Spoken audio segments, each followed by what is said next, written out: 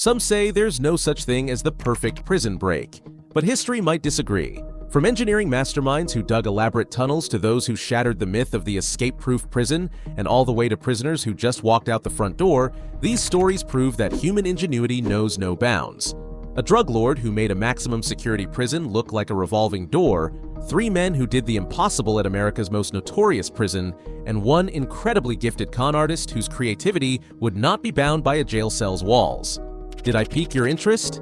Well, today we're diving into 3 of the most meticulously planned and flawlessly executed prison escapes of all time. Let's begin. At 8:10 p.m. in Mexico's most fortified prison, the world's most wanted drug lord casually walked to his shower area. 40 minutes later, when guards finally checked his cell, Joaquin El Chapo Guzman, the man the US government had been hunting for literal decades, had vanished into thin air.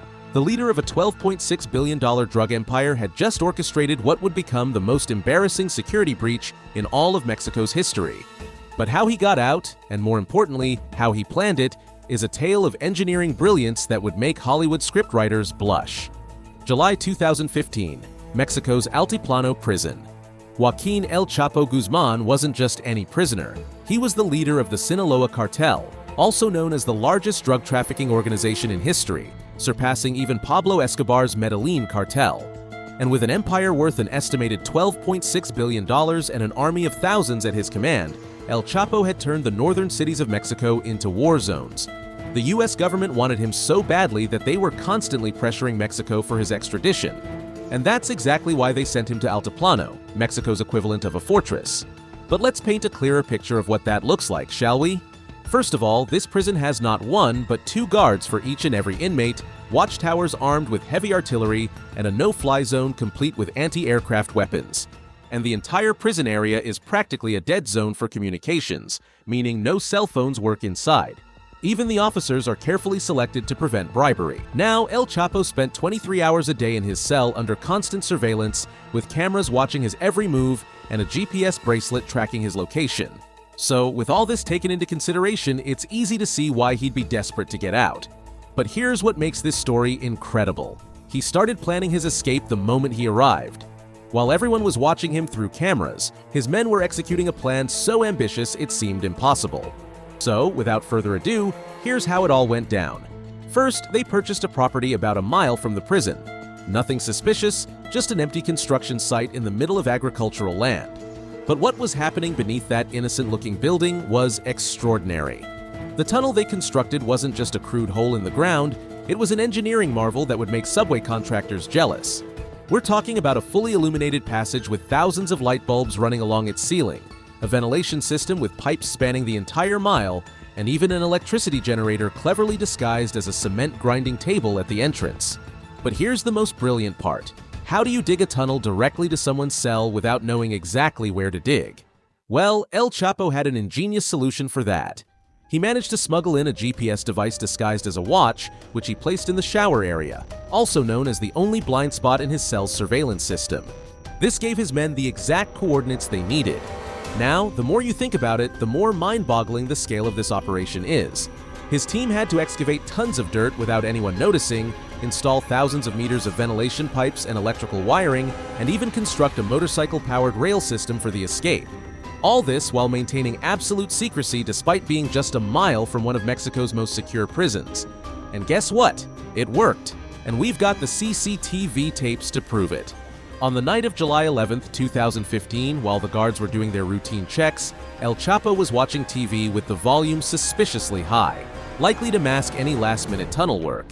At 8:10 p.m., he casually walked to his cell's shower area, the only spot not covered by cameras. When the guards finally checked 40 minutes later, they found a 20 by 20-inch hole in the shower floor, revealing a ladder descending into darkness. From there, El Chapo's escape route was something out of a James Bond movie. He descended the ladder into his tunnel, mounted this modified motorcycle that had even been fitted to run on rails, and literally rode his way to freedom. But the plan didn't end there. Upon emerging from the tunnel, he was met by a team who whisked him away on a dirt bike to a nearby town named San Juan del Rio.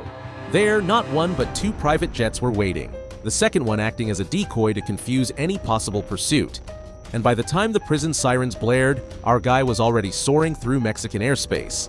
The authorities were left staring at an empty cell, a sophisticated tunnel, and a whole lot of questions. The escape was so well executed that it took the guards 40 minutes to even realize he was gone.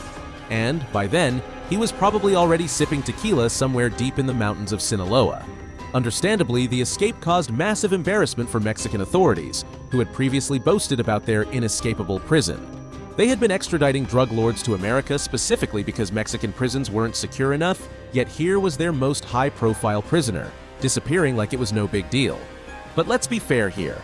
If there's anyone who can pull off such a daring escape, that person can only be El Chapo, arguably one of the world's most influential criminals ever. But let's not hold our breath here, because if there's one thing even El Chapo can't evade, it's fate. El Chapo was eventually recaptured just 6 months later and promptly extradited to the United States, where he now serves a life sentence plus 30 years in America's most secure prison. However, his tunnel escape will always remain a testament to what unlimited resources, meticulous planning, and, honestly, sheer audacity can achieve. If you thought a mile-long tunnel was impressive, wait until you hear how 3 men escaped from a prison specifically designed to be escape-proof, surrounded by freezing waters and, allegedly, man-eating sharks. Welcome to Alcatraz, 1962.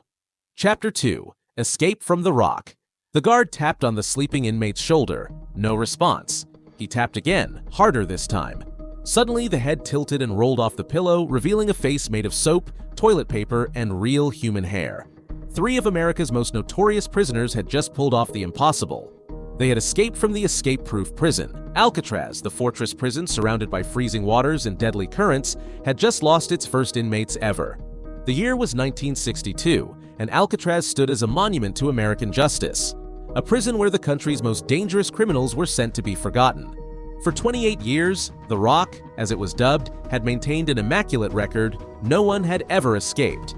But don't be fooled, the prison's reputation was built on more than just its isolated island location. The guards spread terrifying stories about man-eating sharks patrolling the waters and sharpshooters ready to take down anyone who dared to attempt an escape. But Frank Morris and brothers John and Clarence Anglin weren't exactly buying the myth. While other prisoners accepted their fate, these 3 saw something the guards didn't want them to notice. The prison was, quite literally, crumbling from the inside out. Years of exposure to salty sea air had weakened the prison walls, and these men were about to turn that structural weakness into their ticket to freedom. The plan started with Frank Morris, a man with an IQ of 133, placing him in the top 2% of the population. He and his fellow escapees spent months digging at the walls around the ventilation ducts in their cells, using nothing but these sharpened spoons.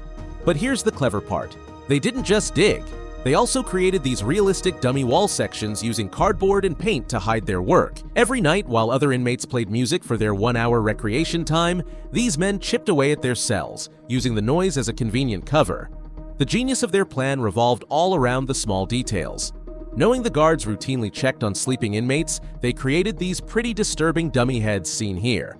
Clarence Anglin, who worked in the prison barbershop, collected real human hair to make them look as authentic as possible. They mixed soap, toilet paper, and cement dust to create flesh-like faces, even painting them to match their own skin tones. This one, for example, was made to resemble Frank Morris, and, might I say, they did a very good job considering the stealthy nature of their creative process. But creating the dummies and digging the holes was just the beginning. Once they broke through their cell walls, they found themselves in a utility corridor that led to the roof. And since they were resourceful, they converted this space into a secret workshop using stolen tools and materials to prepare for the next phase of their escape. Over several months, they constructed a makeshift raft using no less than 50 stolen raincoats, stitched together and made waterproof. Then, finally, on the night of June 11, 1962, everything was ready.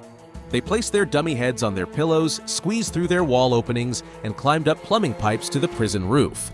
From there, they crossed 100 feet of rooftop in the darkness, descended 50 feet to the ground on a kitchen vent pipe, and scaled 2 12-foot security fences. And finally, when they reached the island shore, they inflated their makeshift raft using a concertina stolen from the prison band room, which they had modified to work as a pump. Then they pushed off into the cold, dark waters of San Francisco Bay, never to be seen again. Now, the next morning, when the guards discovered the fake heads and the elaborate escape route, a massive manhunt was launched. The FBI conducted one of its most extensive searches ever, even finding the ingenious raft we talked about. But as for Frank, John, and Clarence, well, they had successfully vanished without a trace. Some believed they drowned in the freezing waters. Others insisted they made it to freedom. Whatever you choose to believe is entirely up to you. But one thing that's certain is that the mystery only further deepened years later when this alleged photo of the Anglin brothers surfaced from Brazil.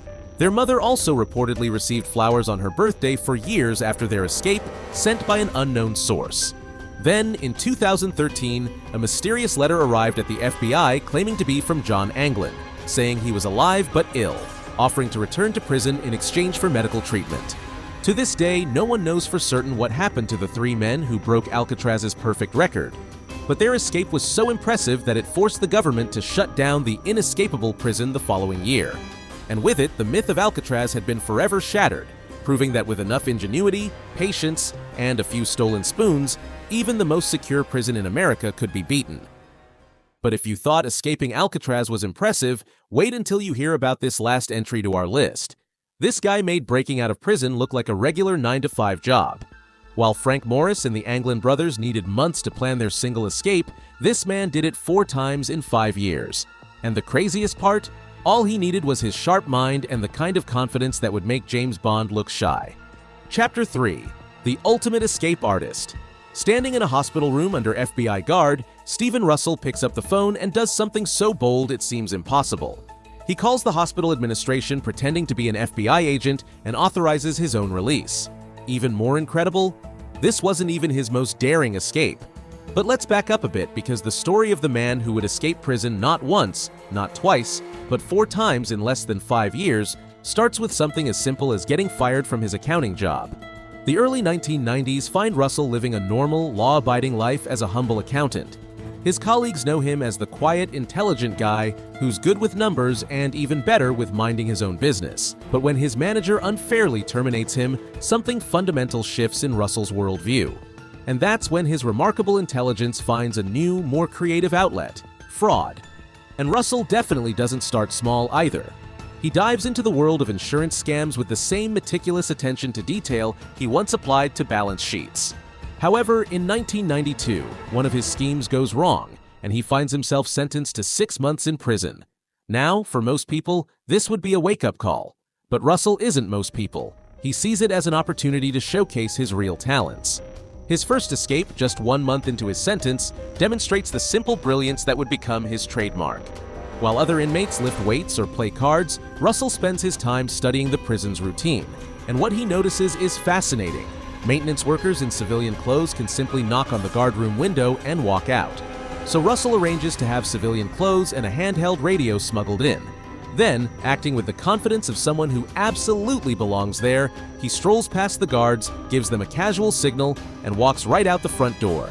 But it's his second escape that truly shows his genius. After being recaptured during an insurance check forgery scheme, Russell faces a staggering $950,000 bail.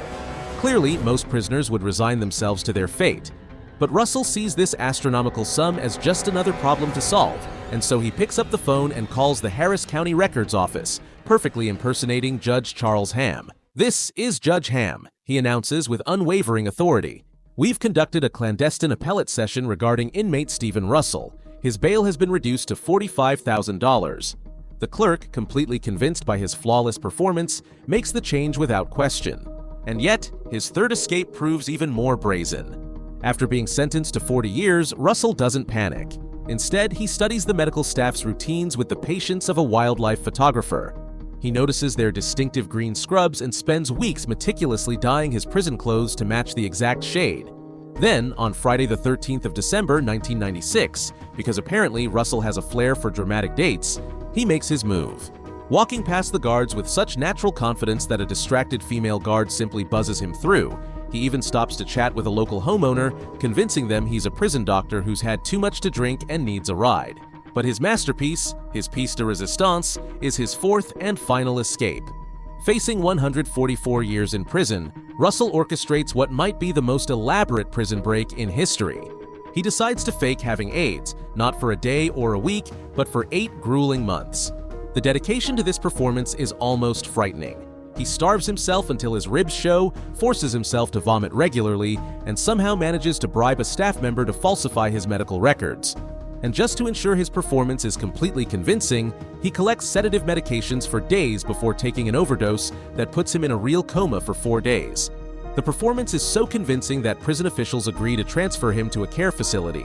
But Russell isn't done yet. He creates a fictional doctor named Adam Roos, his own name spelled backward, supposedly specializing in experimental AIDS treatments. As this fictional doctor, he not only convinces the prison to release him for treatment, but also masterminds his own death. He forges his death certificate with such precision that prison officials, the care facility, and his parole officer all receive seemingly legitimate documentation of Stephen Russell's demise. He hasn't just escaped prison, he's escaped existence itself. However, like all great escape artists, Russell has one fatal flaw.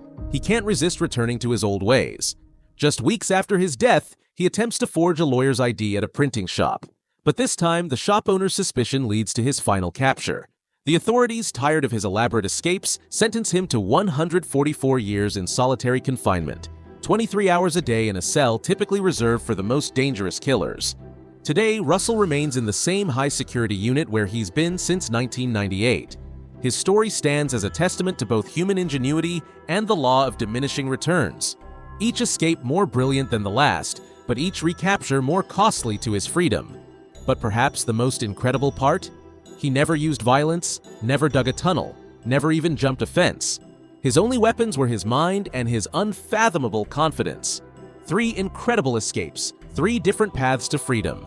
El Chapo's billion-dollar tunnel, the unsolved mystery of Alcatraz, and a brilliant con man who turned prison breaks into an art form. While their methods varied, from high-tech engineering to dummy heads to simply making a phone call, they all shared one thing: the unshakable human desire for freedom. Of course, I'm not advocating prison breaks here, but you have to admire the ingenuity, determination, and sometimes sheer audacity it takes to achieve the impossible. Just maybe don't pretend to be a judge over the phone.